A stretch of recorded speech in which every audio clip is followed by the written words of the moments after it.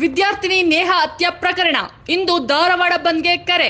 ಧಾರವಾಡದ ಅಂಜುಮನ್ ಸಂಸ್ಥೆಯಿಂದ ಬಂದ್ಗೆ ಕರೆ. ನೇಹಾ ಹತ್ಯೆಗೆ ಸರ್ಕಾರ ನ್ಯಾಯ ನೀಡಬೇಕೆಂದು ಬಂದ್ಗೆ ಕರೆ. ಬಂದ್ಗೆ ಸಕಾರಾತ್ಮಕವಾಗಿ ಬೆಂಬಲ ನೀಡಿದ ವ್ಯಾಪಾರಸ್ಥರು.